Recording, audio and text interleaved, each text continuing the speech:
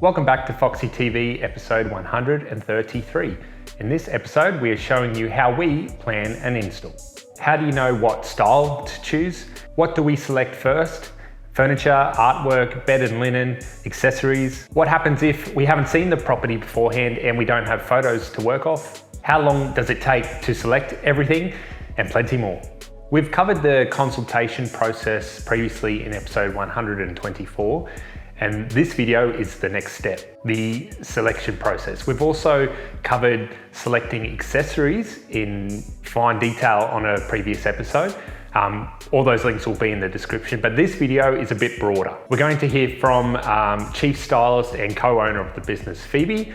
We're going to hear from Jenessa, who is the senior stylist here, and also Caitlin, who's a junior stylist. So you're going to get some different perspectives. And we're also going to give you a bit of an example at an install to show you how it all comes together. Let's get started at the Foxy Home Staging Warehouse with our chat with Phoebe. All right, so at a consultation, we're going to have a chat with the client. We aren't talking to the client about what we're going to do or what the outcome's going to be or what the style's going to be or what colors we're going to use. We're there to take photos and get dimensions, and then we take it away and we write it all up and send it through. It's too overwhelming at a consultation if we talk about any of the other stuff. The actual consultation itself, we need to get 2 angles of every room, ideally, unless someone's being rushed through and talking too much, Jenessa. Bathrooms and how many towel rails there are and if we have exposed shelves in the kitchen, all those little details are what we're there to capture. So I then take it away. The girls take it away. They give me a little bit of brief or a rundown, and then I put together a quote for the client. So the quote then details each room, what we're going to use. It's the first step in our planning process, and it is quite a comprehensive quote that we send through. But then the vendor can see what we're thinking for each space, and we already have a plan in place. So we let them know sofas, armchairs, floor rugs, decorative cushions, throw rugs, artwork, and accessories. So it's still quite broad, but if it's an integrated style, we break it up further for what we're going to use, store and hire.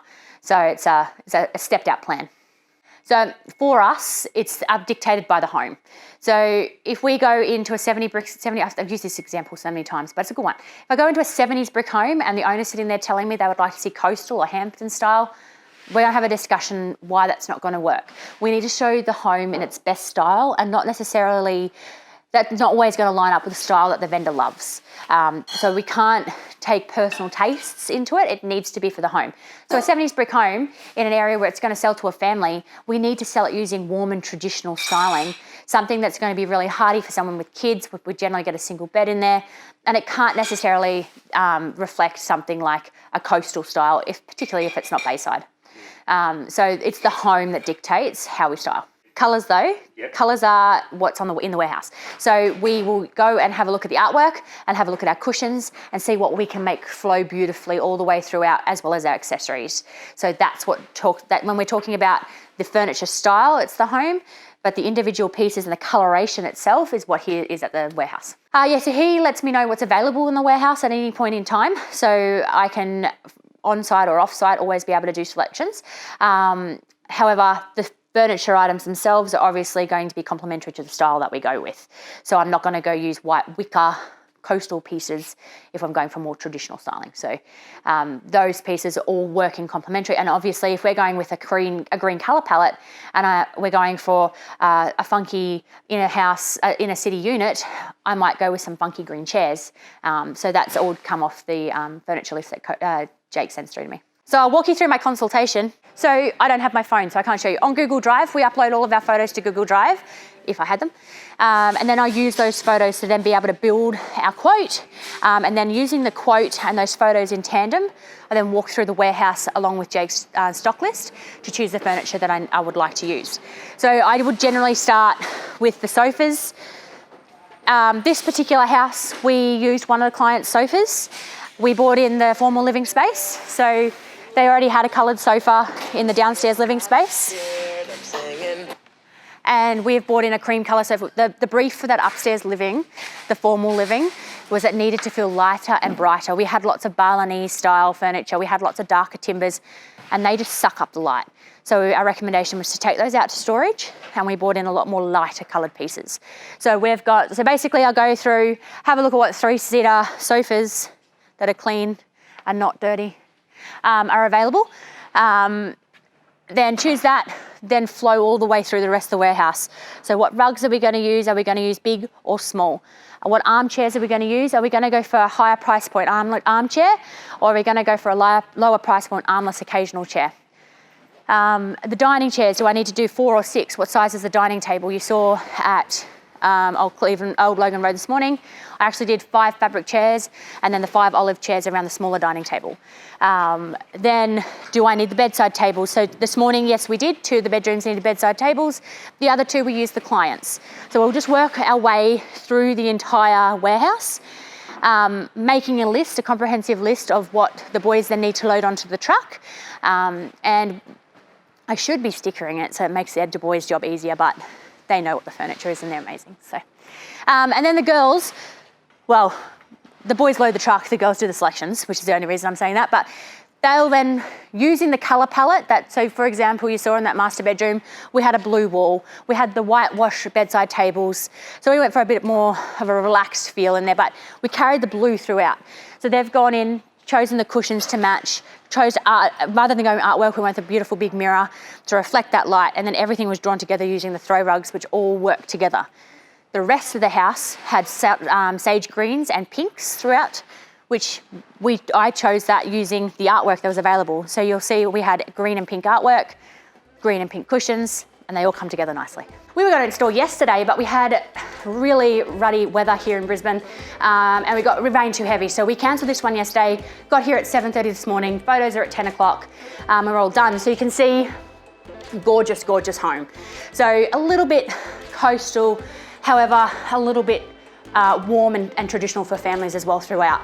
The house has come up beautiful. We've got 5 bedrooms in total, 2 living areas, split living space, and an amazing outdoor area. So you can see we've carried this really light colour palette all the way throughout.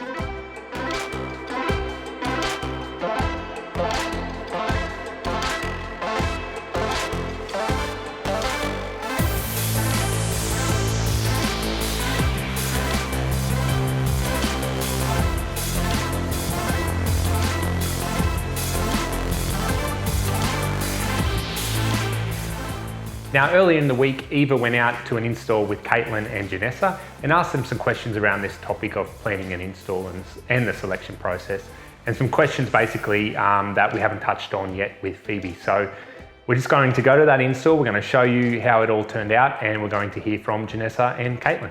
Artwork first, even though I'm trying to train myself to go on that. But for me, I kind of look at what we have the least of. So if that's cushions or art or accessories, and whatever's going to be the most difficult to try. And like if I need a certain color, then and I've only got like one of this color vase, then I probably won't do that. So I kind of have a look, a scan, and then we do like to do art first because yeah, art is a super important part of every install.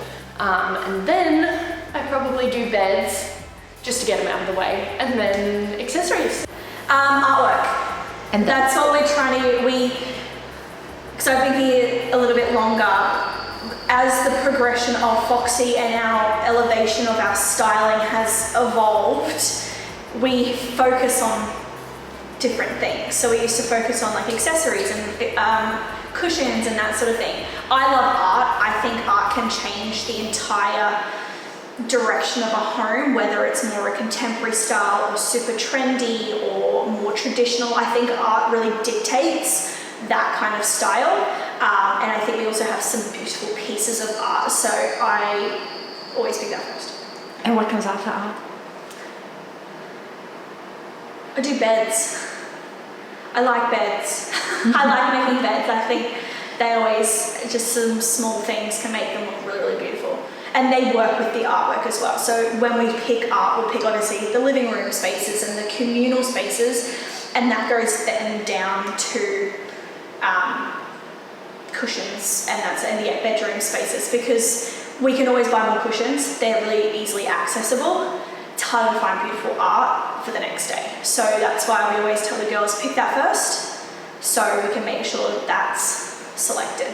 I would say anywhere between an hour to like 3 hours. Have you never start a property without seeing the pictures beforehand? Always. Well, there's different factors as to why. Whether we don't have access to it, whether we haven't been to it, so we use online photos. But if there's not photos, there's usually a pretty good breakdown, or it's pretty straightforward, so you don't need them. And that's one of those situations where you just take extra things. So I take extra accessories, we take extra art.